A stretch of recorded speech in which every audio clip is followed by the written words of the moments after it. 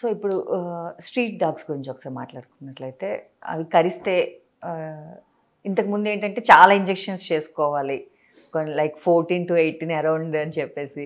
అంటే అప్పట్లో అంటే పాత రోజుల్లో అయితే బొడ్డు చుట్టుకు చేసుకోవాలి, చాలా పెయిన్ఫుల్ ఉంటుంది, ఇవన్నీ ఉండేది. అయితే యాక్చువల్గా ఏంటంటే ఈ స్ట్రీట్ డాగ్ ప్రాబ్లం ఇప్పుడు ప్రివైలింగ్ ఇష్యూ.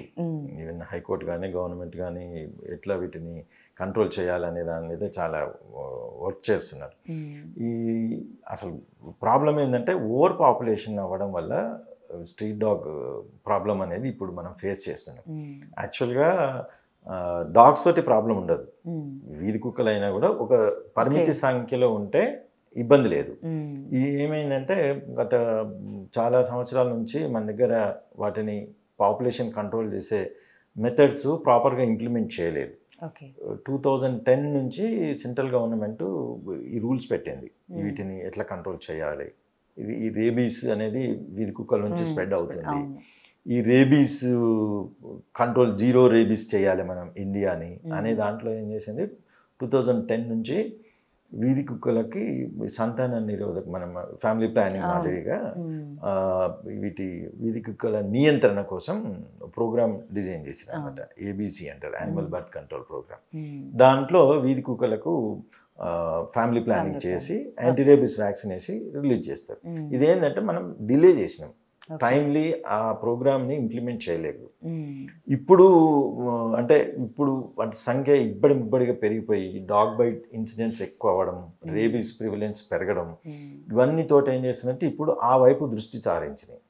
ఎవ్రీ మున్సిపాలిటీలో ఈ కంపల్సరీ ఏబీసీ ప్రోగ్రామ్ చేయాలి, వీధి కుక్కలకి వ్యాక్సినేషన్ చేయాలి, ఈ ఫ్యామిలీ ప్లానింగ్ సర్జరీ అంటే స్టెరిలైజేషన్ ప్రోగ్రామ్ చేయాలనేది ఇప్పుడు మిగతా స్టేట్స్లో as well as in Telangana కూడా హైయెస్ట్ ప్రయారిటీగా పెట్టి చేస్తున్నారు. దీంతో ఏమవుతుందంటే ఇప్పుడు కాకపోయినా ఓ 3-4 years తర్వాత రేబీస్ ప్లస్ ఈ డాగ్స్ నుంచి ఈ డాగ్ బైట్స్ అయ్యే ఇన్సిడెంట్స్ కూడా చాలా వరకు తగ్గే అవకాశాలు ఉన్నాయి.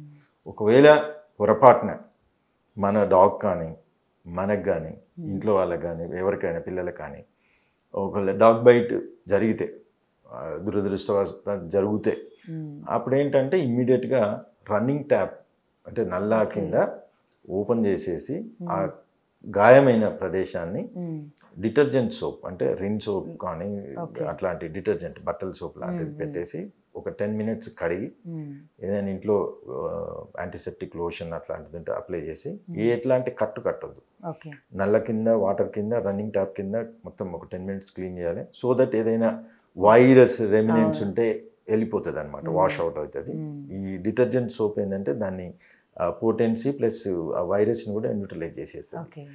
ఇది మనం ఇంటి దగ్గర ఈ ప్రథమ చికిత్సలాగా ఇమ్మీడియట్గా అదే రోజు యాంటీరేబీస్ వ్యాక్సిన్ తీసుకోవాలి.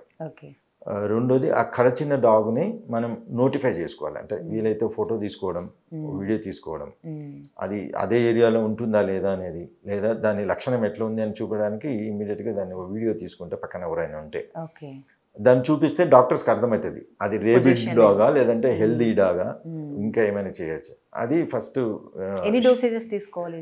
0 day అంటే ఈరోజు ఏ రోజు అయితే ఫస్ట్ వ్యాక్సిన్ తీసుకుని దాన్ని 0 day అంటారు. 0, 3, 7, 14, 28 and 90 day. కాకపోతే ఇంట్రామస్కులర్ చిన్న ఇంజెక్షన్ కాబట్టి ఇదివరలో చేయాల్సినంత ఇబ్బంది లేదు. ఆ వ్యాక్సినేషన్ అన్ని ఏరియా హాస్పిటల్స్లో గవర్నమెంట్ అవైలబుల్ పెట్టింది, అది ఫ్రీగా చేస్తారు. బయట కూడా అంటే మామూలుగా ప్రైవేట్గా కూడా దొరుకుతుంది, అరౌండ్ 300 rupees ఏదో వ్యాక్సిన్ ఉంటుంది. అంటే మనం బిఫోర్గా ఏం చేసుకోవడానికి లేదా? చేసుకోవచ్చు. అంటే ఇప్పుడు మాలాంటి వాళ్ళం అంటే ప్రొఫెషనల్గా ఎక్స్పోజ్ టు డాగ్స్, ప్లస్ ల్యాబొరేటరీస్లో పనిచేసే వాళ్ళు, ప్లస్ ఇంకా రీసెర్చ్ చేసేవాళ్ళు, ఈ రేబీస్ వర్క్ చేసేవాళ్ళు, లేదంటే ఇట్లా యానిమల్ రిలేటెడ్ ఈ డిజీజెస్కు సంబంధించి అకాడమిక్ కానీ క్లినికల్గా కానీ పనిచేసే వాళ్ళు ఉంటారు ప్రొఫెషనల్గా.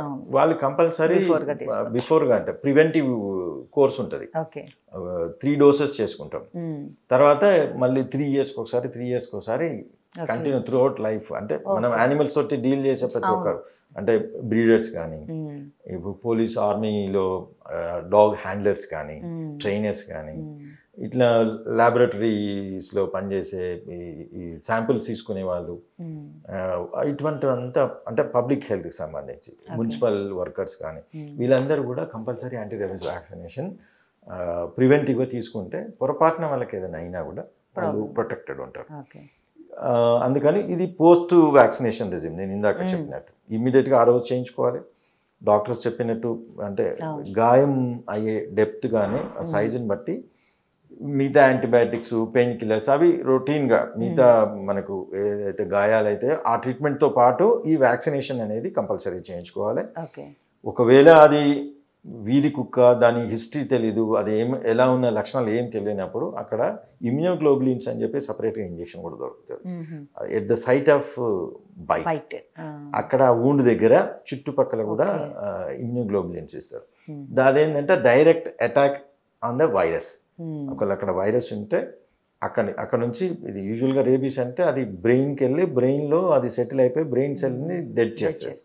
అక్కడ నుంచి అది రేబిడ్ క్యారెక్టర్స్ బయటపడి అది కుక్కరిస్తే ఎర్రిలేసింది అంటారు కదా, ఆ సిమ్టమ్స్ తోటి చనిపోతారు ఒక 15 daysలో. మనం అక్కడే ఇప్పుడు వ్యాక్సిన్ ఇక్కడ ఇస్తాం, అది ఇమ్యూనిటీని డెవలప్ చేస్తుంది, అది ఇమ్మీడియట్గా యాక్షన్ ఉండదు, అది టైం తీసుకుంటుంది అన్నమాట. అందుకని మనం ఫేజ్ వైజ్ ఇస్తూ ఉంటాం. ఇది మాత్రం ఇమ్యూనోగ్లోబులిన్స్ ఇమీడియట్గా అక్కడ at the site of bite act చేస్తుంది. అందుకని ఇమ్యూనోగ్లోబులిన్స్ అవసరాన్ని బట్టి అది డాక్టర్ డిసైడ్ చేస్తారు. ఇది ఒకటి. 15 రోజులు ఆ కరిచిన డాగ్ని మనం అబ్జర్వేషన్లో చూడాలి. దానికి ఏమైనా చొంగ కారుతుందా, అంటే ఎక్సెస్ సెలవేషన్ ఉంటుంది, కళ్ళు ఒక మాదిరి అంటే పుసిగట్టినట్టు కొంత తేడాగా ఉంటాయి అనమాట, అగ్రెసివ్ ఫేస్ లక్షణాలు ఉంటాయి, ఎప్పుడు కరుద్దామా అనే దాంతో ఉంటుంది, అటాక్ చేద్దామా అనే దాంట్లో ఉంటుంది. ఇవన్నీ దానికి ఉన్నవి. లేదా మనకు ఖర్చిన తర్వాత 15-20 daysలో అది చనిపోయిందంటే కంపల్సరీ 90th డోసు వేసుకోవాలి.